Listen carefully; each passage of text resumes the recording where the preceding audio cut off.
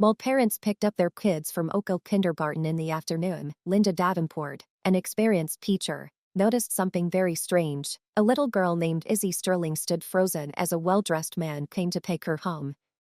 Linda had worked with kids for years and knew fear when she saw it. But then the man whispered something in Izzy's ear, and she melted into submission as she followed him out the door without a word. Linda didn't have any proof or a good reason to get involved, but she couldn't shake the feeling that something was very wrong. That one split-second decision to trust her gut would lead her into a terrifying mystery she had not planned for. Who was the man? Where was Izzy's mother? Did he really leave with him willingly? Before we get started, let us know where you're watching from. Oakville kindergarten was winding down for the day. The last bursts of child laughter could be heard echoing through the halls. As parents arrived one by one to pick up their kids, sunlight streamed in through the big windows, leaving long golden streaks on the shiny wooden floors. The air smelled like finger paints and new crayons, mixed with the faint smell of cleaning supplies as the janitors started their shift. Linda Davenport, 54, sat behind the front desk in the main classroom, looking at the pickup list on the school's tablet. She had been in this job long enough to notice the subtleties. Mood swings in kids, the anxiety some felt, and the worries that parents didn't always see. She went through the list and made sure that each child's designated guardian had checked in. Oakville had strict security rules. No child was let out without confirmation through the school's pre-approved pickup system. The process was foolproof, or so they thought. A mother lingered near the door, chatting with another parent as her daughter clung to her, and a father lifted his twin boys into the air. As they screamed with joy and made rocket ship noises, Linda watched the normal end-of-day chaos play out in front of her. The noise died down as the room slowly filled up, and it was 5:27 p.m. A few kids were still there, but she noticed one child in particular, Izzy Sterling. Izzy was sitting at the far end of the classroom, her small frame hunched over the craft table. Unlike most kids who were eager to get home, she didn't seem to care about the kids coming and going around her. She had her fingers on a bright blue crayon. Linda walked over to her boyfriend and sat down next to him. "Your mom should be here soon," she said. Izzy didn't look up. She kept coloring with slow, deliberate strokes, her movements too controlled for a 5-year-old. The lines of the picture and the oversized cartoon sun were perfectly contained within the borders. As if she were afraid of making a mistake, the crayon broke in half between her fingers. "Hey, that happens sometimes," Linda said with a frown. "Hey, that's okay." She got a new crayon and put it in front of Izzy. The little girl wasn't reacting, her shoulders were stiff and her jaw was slightly clenched. It wasn't the usual kind of distraction Linda had seen in kids who didn't want to leave, but this was different. "Are you okay, honey?" Linda asked softly. Izzy finally looked up, her big brown eyes darting toward the door before darting back down. She shook her head. Linda's worry grew. "Did something happen at school today?" Izzy hesitated, then whispered, "I don't want to go home." A weight settled in Linda's chest.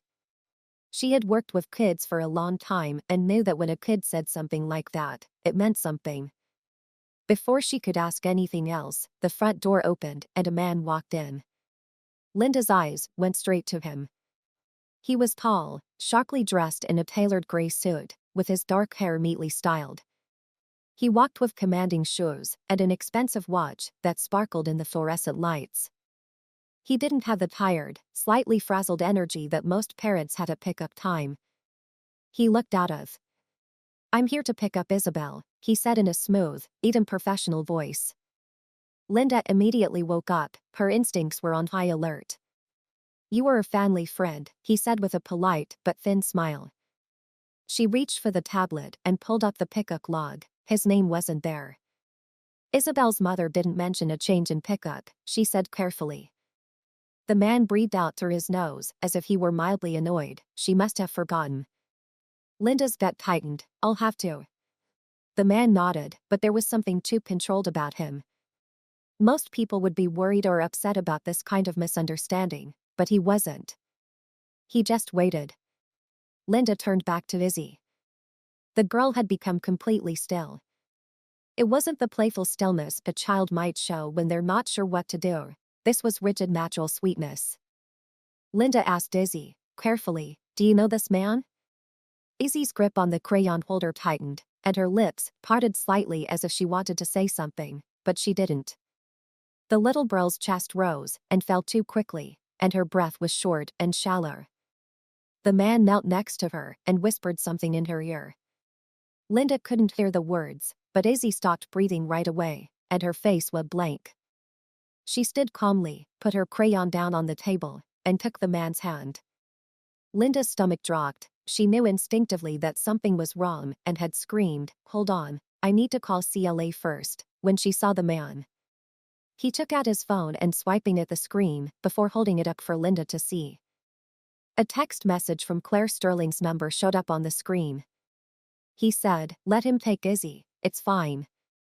But something wasn't right about the text. The wording was too abrupt, the punctuation was perfect, and it didn't sound like Claire texted.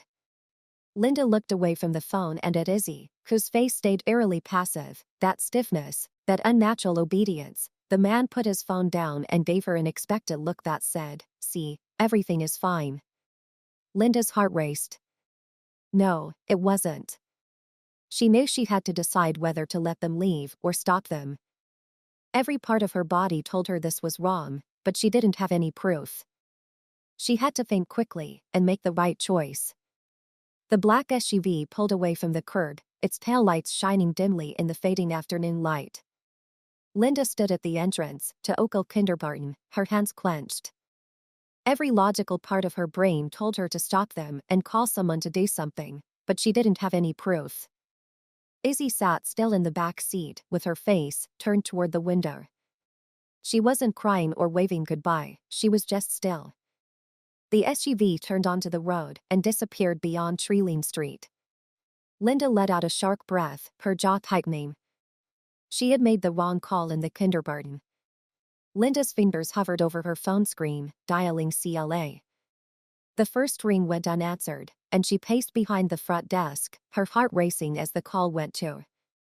She listened to the voicemail again, but nothing came back. The automated message said, "Hey, it's Claire, leave a message, and I'll get back to you." Linda hung up the phone and sent a text right away, "Hey, is everything okay? Just wanted to confirm pickup." 3 dots showed up on the screen, and she held her breath as they disappeared. A minute went by, and there was still no response. Her fingers tightened around the phone. Claire was always quick to respond when it came to Izzy, but something wasn't right. Looking at the sign-out sheet again, the last entry stood out like a sore thumb, Izzy Sterling marked as picked up by an unknown name. Linda hadn't signed her out yet, but the record had already been updated in the system. She looked at the school's digital security log and saw that the only check-in for Izzy's pickup was Claire's normal permission, but Claire never showed that text the man had shown her. Was it really from Claire? Her stomach turned as she grabbed her coat and walked toward Mrs. Calloway, who was sitting at her desk. When Linda walked in, the principal looked up with a tired but polite smile and asked, "What's wrong?" Linda quickly replied that there was a problem with Izzy Sterling's pickup. Someone who wasn't on the approved list came for her. Calloway raised an eyebrow and asked, "Did he have her mother's permission?" "He showed me a text, but something felt off about it. I've tried calling Claire, but she's not answering." Calloway leaned back in her chair and said, "Linda, you've been doing this for a long time. We both know that parents forget to update pickup times. Arrangements, maybe she's just busy," but Linda was getting impatient. Claire had never missed a call about Izzy, and I checked the records. There was no new pickup authorization. Someone updated the system by hand, and the principal was tapping her fingers on the desk. "Do you think this is a real problem or just a misunderstanding?" Linda's face hardened. "I think something is wrong." Calloway hesitated, then said, "I'll notify the district. If you're truly concerned, file a report with the police." That wasn't enough for Linda. She quickly turned around and left the office, not needing permission from the school district to do what she thought was right. By the time Linda got into her car, the sun had already gone down, making the parking lot eerily dark. She called CLA again and heard a voicemail message. There was a faint click, then a muffled noise, then a scuffle, then a thud, and finally a whimper that was cut off in the middle of a sound. Linda's blood ran cold, and she tightened her grip on the steering wheel. Claire didn't say anything. She slammed the key into the ignition and put the car in drive, her hands shaking. She wasn't waiting for the police, she was going to Claire's apartment. Now, Claire is said to have given the man permission to pick up Izzy from kindergarten, but did she really? Do you believe the man's story, or is something fishy going on? Who do you think he is? Leave your thoughts below. Will Linda find out the truth before it's too late? Like the video, and keep watching to find out. Claire Sterling's apartment complex parking lot. Claire's car was parked exactly where it should be, in its assigned spot. The street lights buzzed above, casting a clean glow over the lot. Nothing seemed out of place, no broken windows, no signs of forced entry, but Claire wasn't answering her phone, and Linda had heard enough on the last call to know this wasn't just a case of missed messages. She got out of her car and walked to the front door, pressing the buzzer for Claire's unit, but Linda knocked hard and there was silence. She pressed her ear against the door and could only hear the muffled hum of a TV from a neighboring unit. She briefly considered not trying the handle, but it turned easily and the door was unlocked. She pushed it open and cautiously stepped inside. The air smelled faintly of vanilla from Claire's usual candles, but there was an unnatural stillness to the place. The living room was too perfect, keys were still on the entryway table, a folded blanket. Mail stacked neatly next to a closed laptop. It was the kind of careful arrangement Claire always kept, except for the coffee cup sitting on the kitchen counter, half full of cold coffee. Linda moved further on the hardwood floor, making no sound. Something else was off. The dining chair closest to the hallway was slightly skewed. It was the only thing in the apartment that looked like it had been touched quickly. Then she looked at the bedroom door. It was open just a crack. Her heart beat faster, and Linda pressed her fingertips against the door to push it open further. The closet door inside was also ajar, revealing a row of neatly hung clothes. She stepped inside and quickly scanned the room for signs of a fight or blood, but Claire wasn't there. Linda forced herself to exhale sharply, and Claire had been home recently. Something happened before she could leave, and Linda needed proof. She scanned the bedroom again, this time moving toward the nightstand, thinking that if CLA had left quickly, she might have left something behind. When Linda saw Claire's phone sitting on the table, she grabbed it and immediately saw that she had missed calls from an unknown number. She quickly went through Claire's messages, finding that most were normal work-related conversations and a few notes about Izzy's school schedule. Then she saw a new text message that said, "You should have let her go, you had until midnight." Linda's stomach clenched as she read it twice and then a third time, hoping that the meaning would change, but it didn't. Someone had Claire, and they were giving her a deadline made her grip on the phone tighten. She didn't know who you were talking to, but it was definitely not CLA making decisions anymore. This wasn't just a misunderstanding, it was a threat. Linda turned toward the door and heard a pounding. This was officially beyond her. She needed to call 911. Linda stepped back into the living room and dialed the number, her hands a little unsteady as she spoke. "What's your emergency?" "This is Linda Davenport, and I need to report a missing person." She gave the operator CLA's name, address, and a description of the situation. There were no obvious signs of a break-in or fight, but the unlocked door, the coffee that was left behind, and the threatening text all pointed to something much worse. "Stay put," the dispatcher told Linda, because she wasn't going anywhere. Minutes later, blue and red lights filled the apartment windows as a patrol car pulled into the parking lot. A uniformed officer got out first, then a detective in plain clothes who moved with the quiet authority that suggested he'd done this. Detective Aaron Coyle introduced himself as he walked into the apartment, saying, "I'm Coy. I'm the one who called us in." Linon nodded and stepped aside to let him in. Coy was in his early 40s and had sharp eyes that took in the scene in a single sweep. He didn't waste any time asking Linda what happened. She told him about Izzy's strange reaction when she was picked up, the man who took her, the fake text message supposedly from Claire, and now that the apartment was unlocked and there was no sign of Claire anywhere.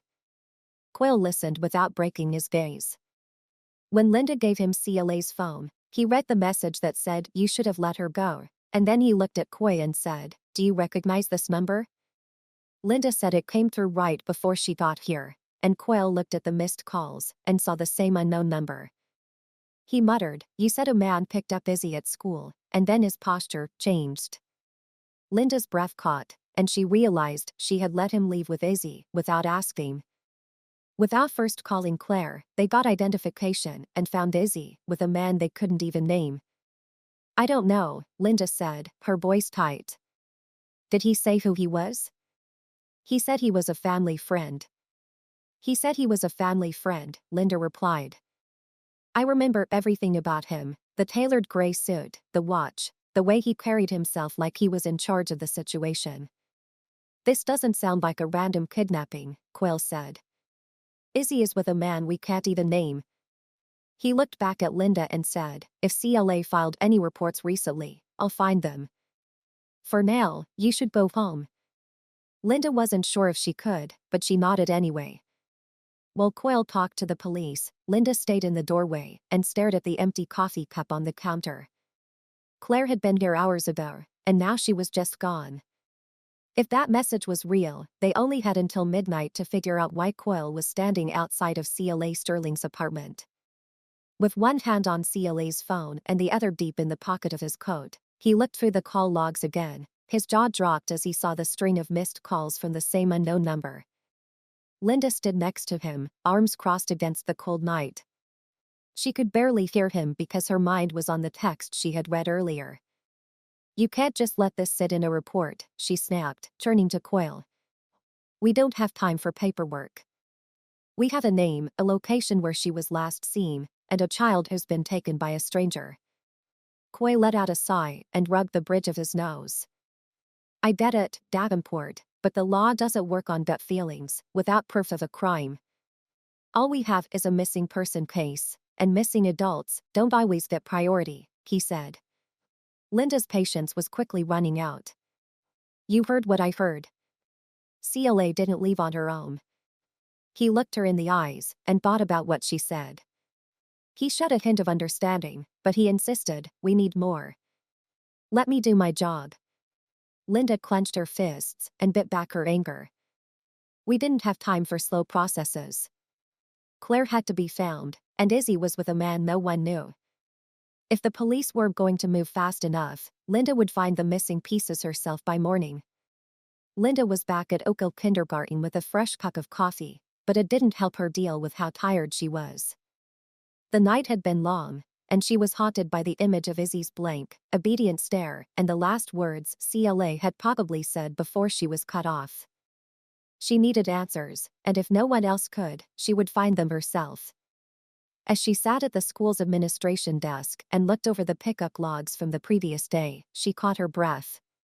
There was no record of Izzy leaving, no official sign-out, no scan of a guardian's ID, nothing. It was as if Izzy had never left at all. Linda's heart raced. The security system automatically recorded every child's departure, unless someone deleted the entry by hand.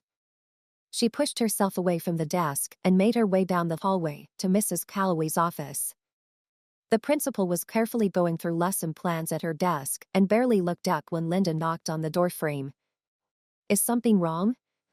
Calloway asked, still focused on the papers in front of her. "There is no record of Izzy's pickup yesterday. The man who took her never signed her out." Linda stepped inside. "There is no record of Izzy's pickup yesterday. The man who took her never signed her out." Calloway finally met her gaze, and something guarded flickered in her expression. "We don't usually get involved in custody matters," Linda said carefully. "We don't usually get involved in custody matters." She leaned back in her chair and said, "I don't know what's going on with CLA Sterling, but from what I understand there was a legal dispute. The school had received an email earlier this week about possible changes to Izzy's guardianship." This made Linda's stomach turn. "Changes made by whom I don't know. But when a guardian claims legal authority we have to be careful about intervening, you understand that, don't you?" Calloway's face hardened. So you just let him take her, Linda said. I thought her mother had set it up. Linda let out a slow breath. Calloway frowned and reached for her computer. A few keystrokes later, she turned the screen toward Linda. The message was short, effective immediately. Isabel Sterling's pickup arrangements may be changed as needed per family request. Please accommodate changes accordingly. There was no signature or official documentation, just a vague placeholder of authority. Linda's fingers curled against the desk. The school had been hacked, and she had a sickening feeling she knew by whom. Back at her desk. If the police were ready to call this an abduction, Linda would look into CLA's background herself. It didn't take long for her to find what she was looking for: Claire Sterling's marriage license to Gregory Vance. Linda's breath caught Vance as she sat back and looked at the name and details. Claire had remarried months before, but she had never mentioned Gregory Vance. Linda frowned as she tried to remember every conversation she'd had with Claire about her personal life. Claire hadn't always kept things close to her chest, especially when it came to Izzy's home life. All Linda ever got were vague references and hints that she and Izzy were getting used to some changes. But now that she saw the papers, it all made sense. Claire had never wanted to talk about her husband because she was afraid of what would happen. It was Gregory Vance who had hacked the school, erased the records, and made Izzy disappear. Linda's stomach turned.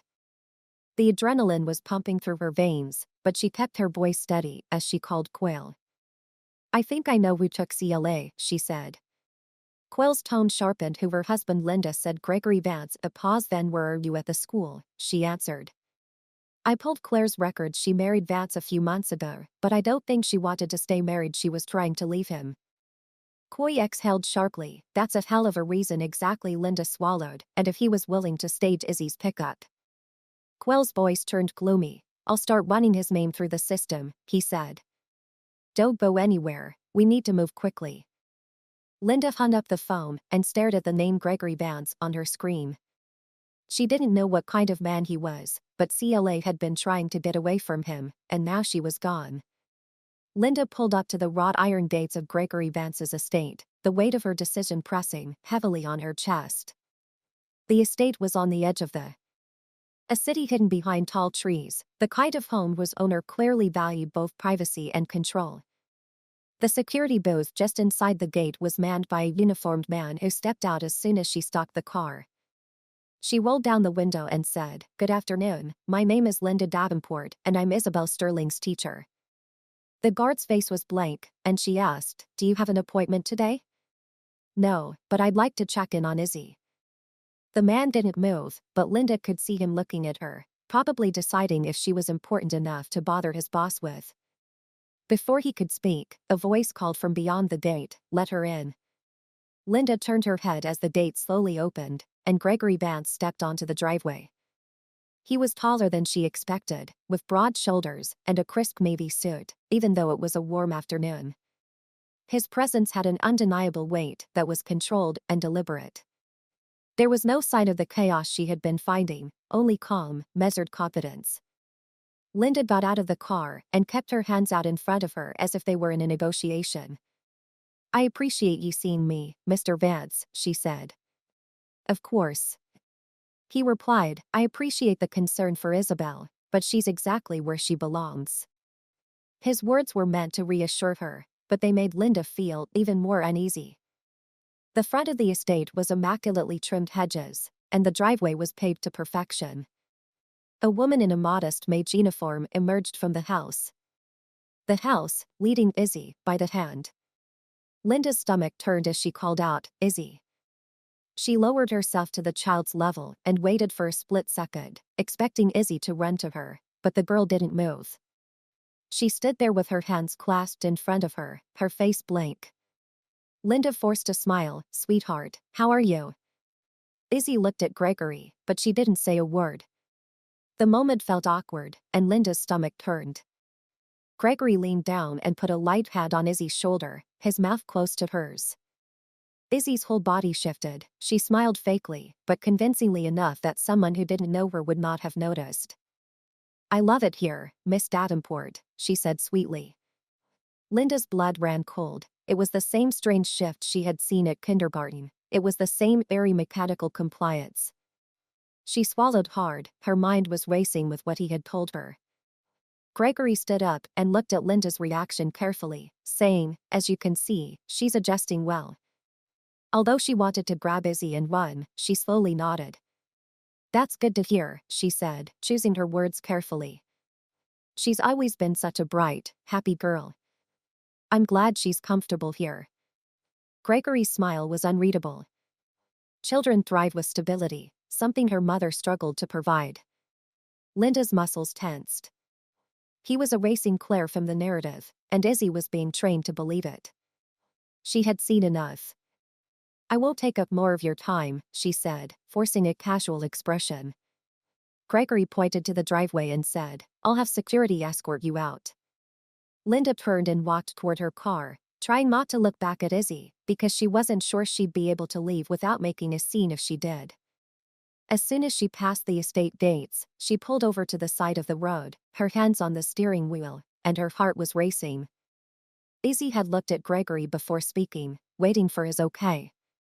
The realization made her sick. This wasn't just a bad custody situation. Gregory had trained Izzy to obey him, not out of fear. Linda let out a shaky breath as she tried to piece it all together. Claire had been planning something while she was trying to get away, and then Claire disappeared. Linda walked into the police station with her heart beating faster than she wanted to admit. The walls were a dull beige color, and the fluorescent lighting cast a harsh glow over the tired officers who were shuffling between desks. She saw Detective Aaron Coyle near the back of the room, going through a stack of papers. As soon as he saw her, he walked over to her without saying a word. She braced herself. He didn't waste time with small talk. Instead, a file landed on the desk between them, Claire Sterling's divorce petition. "Irreconcilable differences due to coercion and emotional abuse," it said, tapping her finger on the topmost page filed last Friday. Linda's stomach knotted as she scanned the document. The words "irreconcilable differences due to coercion and emotional abuse" stood out to her in bright, bold letters. Coy let out a sharp breath, and 3 days later, she was gone. Linda gripped the paper tighter. Gregory didn't just take her, he knew she. Coyle leaned forward and spoke in a low but firm voice. "This changed things. A domestic situation can quickly turn violent. If Gregory felt cornered, he wouldn't have let her leave without a fight." Linda nodded, her mouth dry. "And is he?" Cole's jaw tightened. "If Gregory's already manipulating her, he doesn't plan on giving her back. He's rewriting her memories to make her think CLA was never important." The words made Linda feel physically sick. Coyle stood up. "This is enough to call for a formal investigation. I'll start the investigation by getting a warrant, checking his finances, and looking for signs of control in his past relationships, but it would take time." Linda didn't have time, and neither did Claire. Claire left the station with the papers pressing against her chest, showing the clear truth. But getting justice wasn't the same as getting Claire back. Gregory had already erased Claire's voice from Izzy's world, and now he was trying to erase Claire completely. The house was dark, and the street was eerily quiet.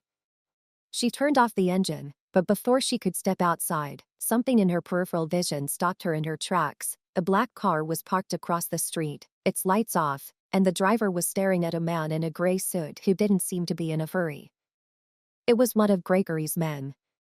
Linda stayed in the car, her fingers already on her phone. She knew when someone was sending a message, and this wasn't a coincidence. The man didn't approach, because he didn't need to. Instead, he slowly pulled a phone from his pocket, timing his movements. At the same time, Linda's phone buzzed on the passenger seat. Her breath caught in her throat, and she hesitated before flipping the screen over. "Unknown number," she said. "You should stay out of this, Miss Davenport." Linda locked her doors right away, her heart racing as she forced herself to think clearly. The man hadn't pulled out a weapon or directly threatened her, he was just standing there watching and waiting. Seconds went by, and as smoothly as he arrived, the man slid back into the black car. The engine purred to life, and he pulled away from the curb without looking back. Detective Quayle's office was crowded with stacks of case files, an old coffee cup, and the faint hum of a police scanner in the background.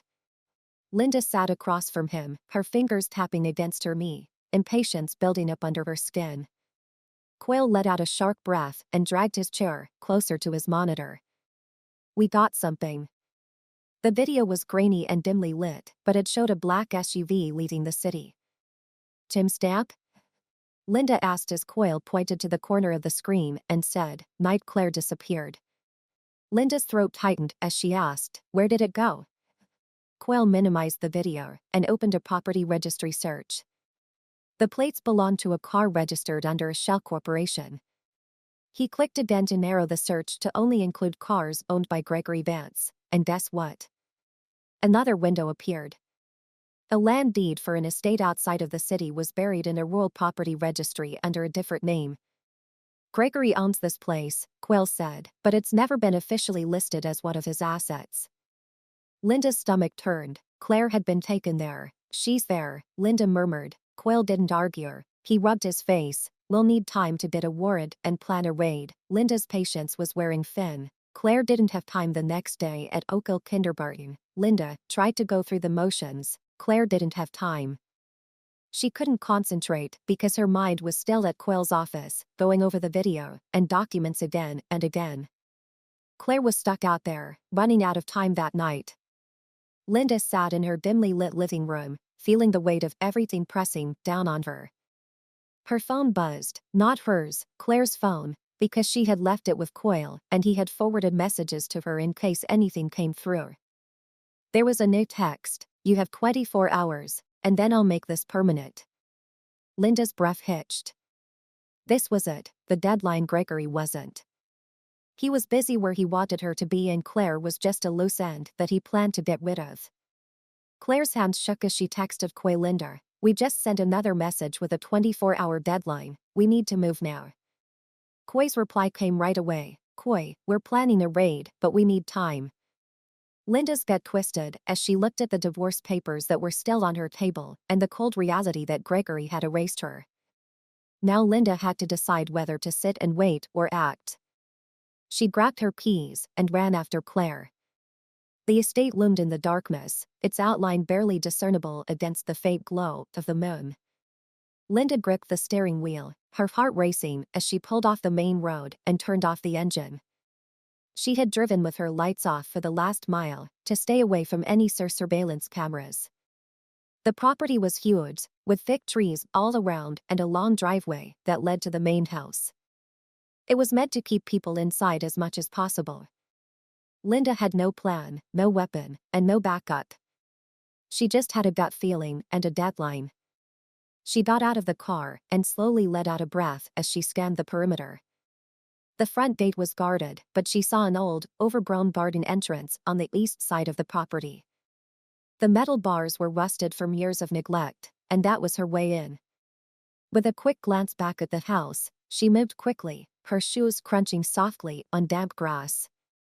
The cold night air made every breath feel sharp in her chest. She had to find Claire right away. Slipped through the gate and crouched low as she moved along the side of the house. A faint light flickered from an upstairs window on the second floor, indicating that someone was there. Linda ducked under a row of hedges and carefully moved toward the house, pressing herself against the wall. She carefully peered through a side window and saw her sister Claire pacing near the window with her arms tightly around herself, still alive, but trapped.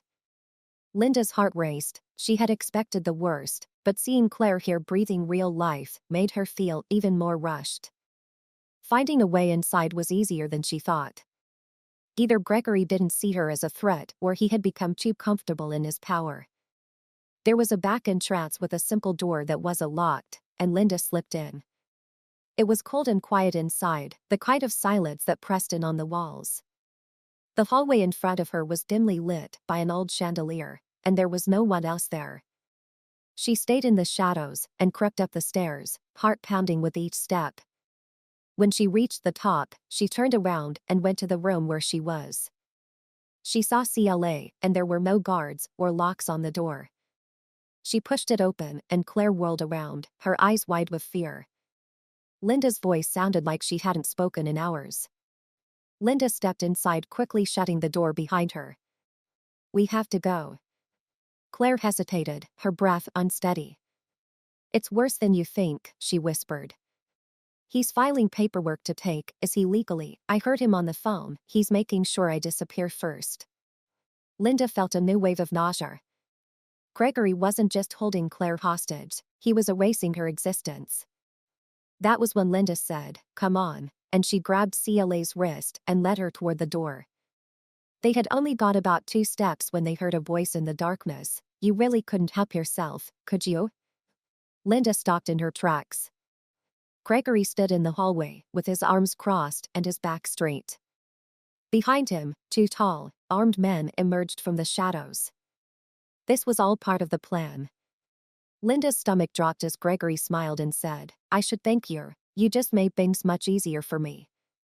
Claire tensed up behind him. She tried to stay calm and say, "Let's go," but Gregory tilted his head and said, "See, that's where you're wrong." He took a step forward, and the men behind him imitated him. "You never bought it, did you?" Gregory kept talking slowly, as if he were explaining something obvious.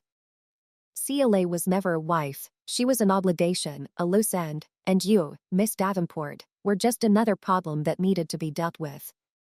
There was a click, and one of the men raised a gun. Gregory moved slowly around Linda and Claire, circling them like a predator, playing with its prey.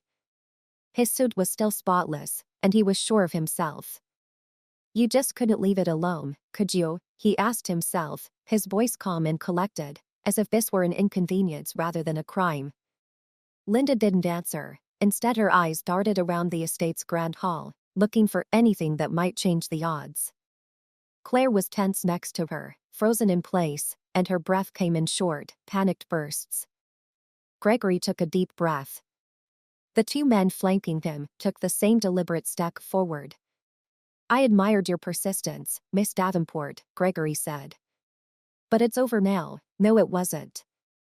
Linda saw a heavy ceramic lamp on the side table close by and swung her fingers around the lamp's cold base, ready for them to give up.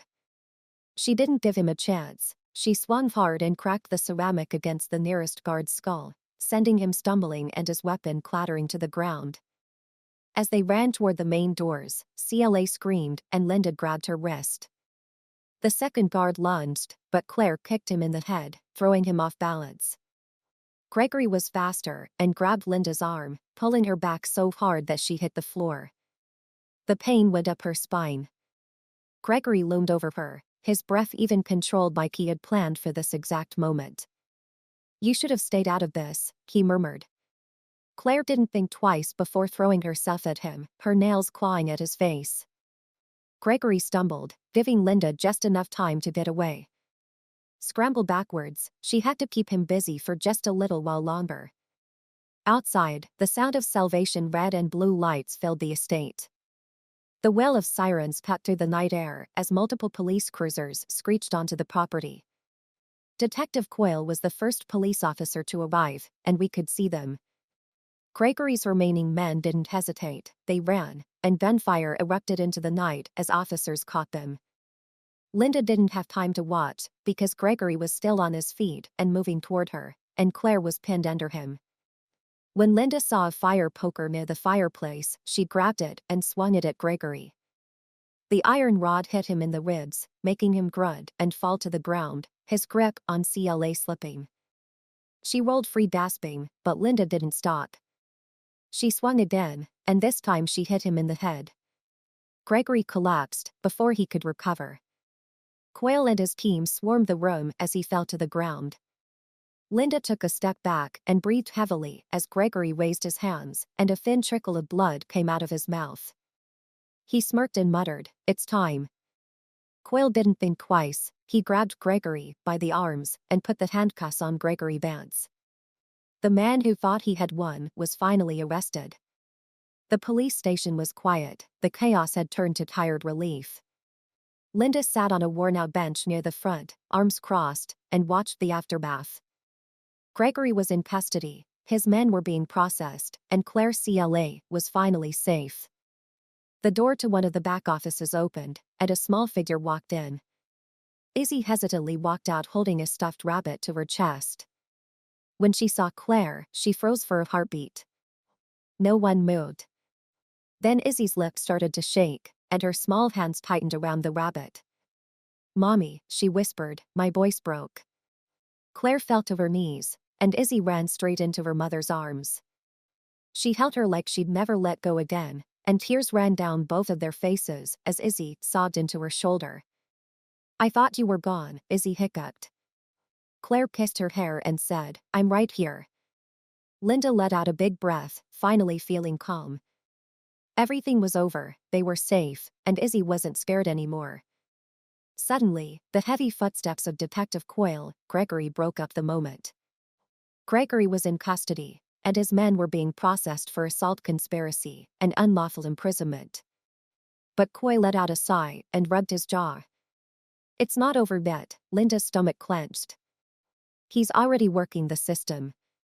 Coyle continued, his lawyers arguing self-defense, saying that CLA was unstable and that he had every legal right to take. Izzy, CLA flinched, and Linda felt the tension leave her. "He's got money, power, and a reputation to protect," Coy said. "We have him for now, but don't think he won't fight back." Linda's jaw tightened. The air outside was cool and crisp, and the first hints of sunrise stretched across the sky. Claire stood next to Linda on the police station steps, Izzy still holding her hand. "We can't go back, can we?" Claire whispered. "Not until we know he's really gone." The door behind them swung open. Coyle walked up with a stack of papers and handed one to CLA. "It's something," he said, "but we all know Gregory won't follow it." CLA stared at the paper for a long time, then her face changed. "Izzy and I are leaving," she said, her voice more steady than it had been in days. "And they start somewhere he can't find us." Linda looked at her, and she saw the weight of years of control finally lifting. "He built a cage around me," CLA whispered. "I won't let him do the same to Izzy." Linda nodded, "Let me help you." A week later, Linda was in her kindergarten classroom, listening to the kids laugh as they ran across the playground. The sound seemed strangely normal after everything that had happened. Then, a little girl named Izzy put her hand on Linda's, and she held on to her fingers, moving them from foot to foot. "Miss Davenport," Linda knelt down so they were eye level, and asked, "Do you think I'll have a nice teacher at my new school?" Izzy's voice was unsure, and Linda's throat tightened, but she smiled warmly. Claire walked up to her and said, "Any teacher would be lucky to have you." Linda hesitated, then wrapped her arms around her neck and thanked her for helping her mom. Claire looked stronger and healthier, like someone who had finally stopped running. She said, "Izzy's backpack down, we're ready." Claire gave Linda a small knowing smile and said, "Yes, but I've never been more sure of anything." Linda agreed. They stood there for a moment, understanding each other. Claire hugged Linda and whispered, "You saved us." Linda didn't trust herself enough to speak, so she just hugged Claire back. It was goodbye, but it wasn't the end. Thanks for watching all the way to the end. If you liked the story, please like this video and subscribe for more.